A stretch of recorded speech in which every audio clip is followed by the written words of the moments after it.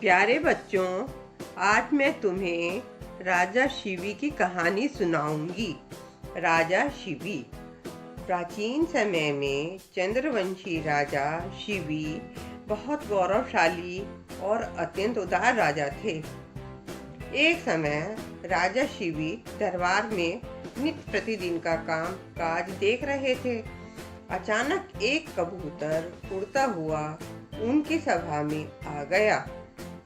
कबूतर पंख फड़फड़ाता शिवी राजा की गोद में जा बैठा और असहाय दृष्टि से शिवी राजा को देखने लगा। शिवी ने घबराए हुए निरीह कबूतर को धीरे से हाथों में उठाया और दयापूर्वक देखने लगे। शिवी को कबूतर की आंखों में डर दिखाई दे रहा था। राजा ने पूछा, क्या बात है पक्षी, तुम इतने डरे हुए क्यों हो? कबूतर ने मनुष्य की आवाज में ही उत्तर दिया, राजन, एक विशाल बाज मेरा पीछा कर रहा है। वह निश्चित रूप से मुझे मार डालेगा और खा जाएगा। उसी समय एक बाज राजा के दरबार में आ पहुंचा। बाज भी राजा के सामने आकर बैठ गया। बाज कबूतर को घूर रहा था, क्रोध भरी नजरों से देख रहा था। उसने राजा से कहा, राजन, यह मेरा शिकार है, इसे छोड़ दो ताकि इसके मांस से मैं अपना और अपने परिवार का पेट भर सकूं। राजा ने कहा, इस कबूतर को मैं तुम्हें नहीं दूंगा, यह मेरी शरण में है। अब इसके जीवन की रक्षा करना मेरा नैतिक कर्तव्य है। बाज ने उत्तर दिया, महाराज, मैं भी तो भूखा हूँ। आप मुझे मेरे भोजन से वंचित कर रहे हैं। मैंने भोजन नहीं किया तो मैं मर जाऊंगा। मेरे मर जाने पर मेरी पत्नी और 2 बच्चे भूखे मर जाएंगे। राजा ने कहा, कबूतर के बदले मैं तुम्हें हिरन या कोई बड़ा पशु दे दूंगा, जिससे तुम सबका पेट आसानी से भर जाएगा। पर बाज राजा की बात मानने को तैयार नहीं था। राजा ने कहा, इस कबूतर के बदले कुछ भी दे सकता हूँ, बस तुम इस निरीह प्राणी को जीवन दान दे दो।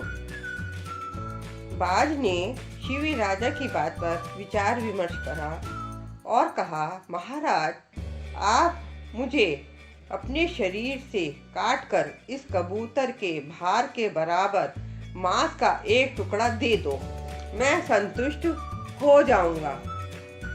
राजा ने उत्तर दिया, बाज, मुझे तुम्हारी शर्त मंजूर है। तुमने जो मांगा है वह तुम्हें अवश्य मिलेगा। यह कहकर राजा ने एक सेवक को तराजू और चाकू लाने का आदेश दिया। कुछ ही समय के बाद राजा का सेवक एक बड़ा सा तराजू और चाकू लेकर आ गया। शिवी ने कबूतर को धीरे से तराजू के एक पलड़े पर रख दिया। फिर उन्होंने अपने बाएं पैर का एक टुकड़ा काट डाला।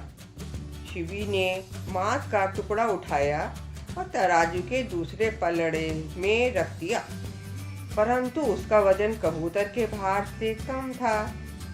वजन बराबर करने के लिए राजा को थोड़ा और मांस काटने की आवश्यकता थी। राजा ने बिना घबराए अपने पैर से एक मांस का टुकड़ा काटा और उसे तराजू के पलड़े पर रख दिया, परंतु दोनों टुकड़े मिलाकर भी उनका वजन कबूतर के वजन के बराबर नहीं हुआ। बाज और कबूतर राजा शिवी को आश्चर्य भरी नजरों से देख रहे थे। शिवी अपने शरीर से मांस के टुकड़े काटते गए और तराजू पर रखते चले गए, परंतु इतना मांस चढ़ा देने पर भी कबूतर के बराबर उसका वजन नहीं हुआ। तो उन्होंने किसी तरह अपने विक्षत तन को घसीटा और स्वयं तराजू के पलड़े पर जा चढ़े। लेकिन फिर भी राजा के तन का भार कबूतर के भार से कम रहा। इस बात से अब किसी को संदेह नहीं था कि तराजू के पलड़े पर बैठा हुआ निरीह कबूतर कोई साधारण पक्षी नहीं है, अवश्य ही वह कोई दैवीय घटना है। राजा ने अपनी पराजय स्वीकार कर ली और कबूतर से कहा, आप कोई साधारण पक्षी नहीं है, कृपया अपना दिव्य स्वरूप प्रकट कीजिए। राजा का इतना कहना था कि कबूतर तराजू के पलड़े से उतरकर बाज के समीप आ बैठा। बाज और कबूतर ने अपना वास्तविक रूप प्रकट किया। लोगों ने देखा कि बाज और कबूतर की जगह देवराज इंद्र और अग्निदेव खड़े थे। राजा शिबी और दरबार में बैठे सभी लोग दोनों देवताओं को देखकर हैरान रह गए। राजा ने दोनों देवताओं को प्रणाम किया। इंद्रदेव ने कहा, राजा, मैंने तुम्हारे सद्गुणों के विषय में बहुत सुना था, इसलिए तुम्हारी परीक्षा लेने आया था। तुम परीक्षा में सफल हुए। मैंने तुम्हारे विषय में जो सुना था, तुम उससे भी ज्यादा सदाचारी और संयमी हो। अग्निदेव ने कहा, आपकी प्रसिद्धि तीनों लोकों में पहले से ही है, किंतु इस घटना के बाद आपके इस बलिदान के समक्ष पृथ्वी पर धर्म के सारे काम छोटे पड़ जाएंगे। आपके यश और कीर्ति में अभूतपूर्व वृद्धि होगी। इसके बाद इंद्रदेव ने अपने दिव्य स्पर्श से राजा शिबी के क्षत विक्षत शरीर को फिर से स्वस्थ कर दिया। इस घटना के बाद राजा शिबी ने पृथ्वी पर अनेक वर्षों तक शासन किया। ऐसे दानवीर थे राजा शिबी। बच्चों, ये कहानी कैसी लगी मुझे जरूर बताना।